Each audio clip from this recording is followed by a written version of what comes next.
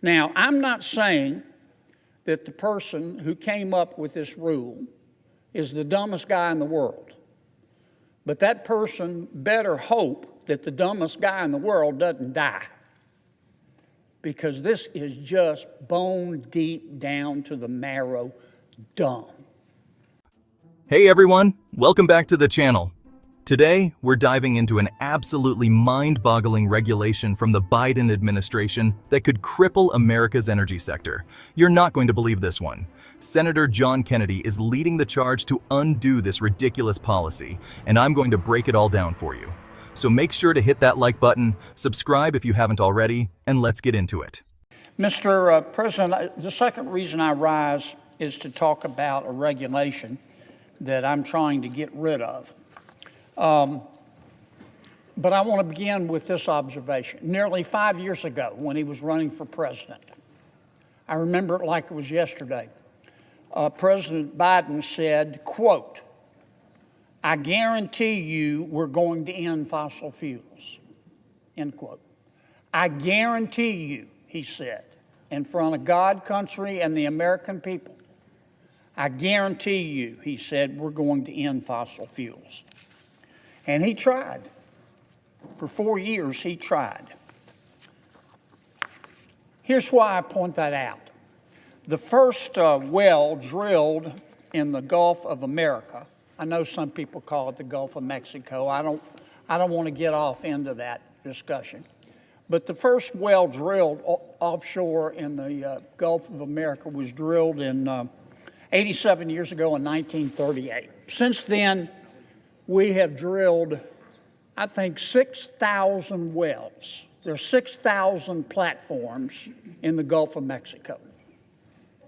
Now, before an oil company drills a well, on its own volition and at the suggestion of the Department of Interior, the oil company surveys the seabed.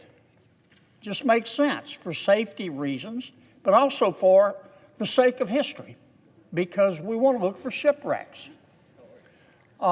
We have found, I don't know how many shipwrecks, Mr. President. I had it written down, and 4,000 shipwrecks.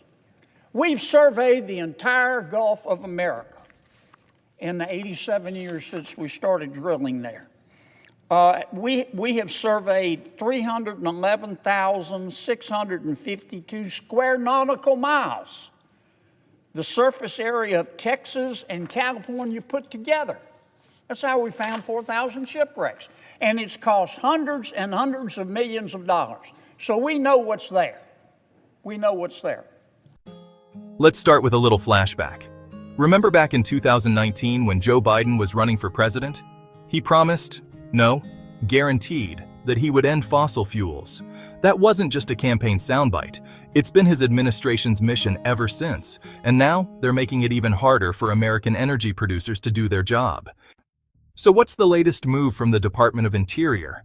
In September 2024, they slipped in a new regulation that forces oil companies to conduct redundant, costly surveys every single time they want to drill a new well in the Gulf of Mexico.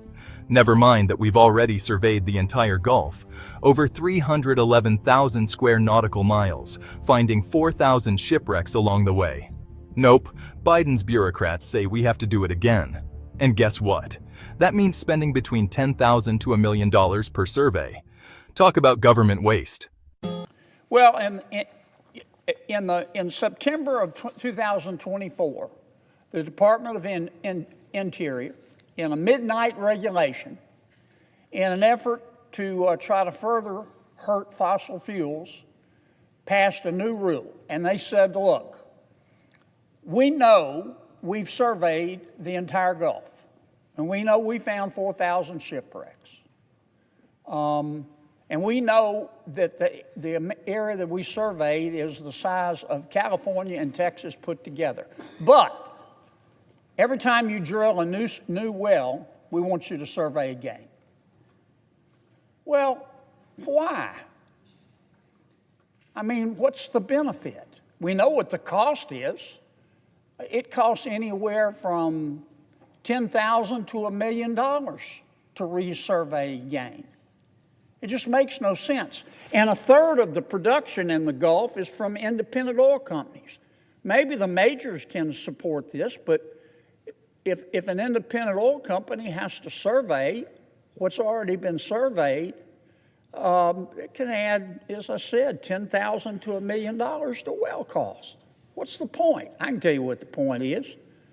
Somebody over at BOEM, the Bureau of Ocean Energy Management, Department of Interior, hates fossil fuels.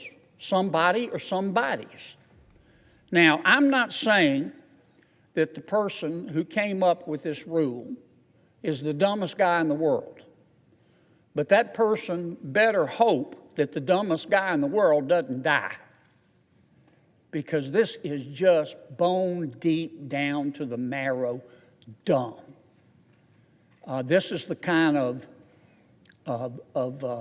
spending porn that we all ought to abhor. So I'm going to try to kill the regulation today under what, as you know, Mr. President, is called the Congressional Review Act. We'll be voting on that. We'll be voting on that shortly. And I hope that I realize that common sense, as I've said before, is illegal in Washington. This is not a normal place. But I hope folks who still have common sense will vote to get rid of this, this foolish rule. Thank you, Mr. President. I yield the floor. Now, maybe the big oil companies can eat that cost, but what about the independent producers? These are the companies that provide a third of the Gulf's oil production. For them, this could be the difference between drilling or shutting down. That means fewer American jobs, higher energy prices, and more reliance on foreign oil. If that sounds insane, that's because it is. Enter Senator John Kennedy. He's calling this regulation what it is: bone deep, down to the marrow, dumb. He's pushing a Congressional Review Act resolution to kill this rule, and honestly, it's just common sense. But as Kennedy puts it, common sense is illegal in Washington. So will Congress side with the American people or continue down this road of destructive policies? Here's where you come in. We need to keep the pressure on our leaders to vote against this absurd regulation. If you care about energy independence, job security, and lower gas prices, now's the time to make your voice heard. And if you want to stay updated on more stories like this, make sure to hit that subscribe button and turn on notifications. It really helps get the message out to more people. Wow. So, what do you think? Is this rule just another example of Washington's war on energy, or do you believe there's some logic behind it? Let me know in the comments below. As always, thanks for watching, and I'll see you in the next one. Stay informed, stay engaged, and let's fight for common sense in America. Take care.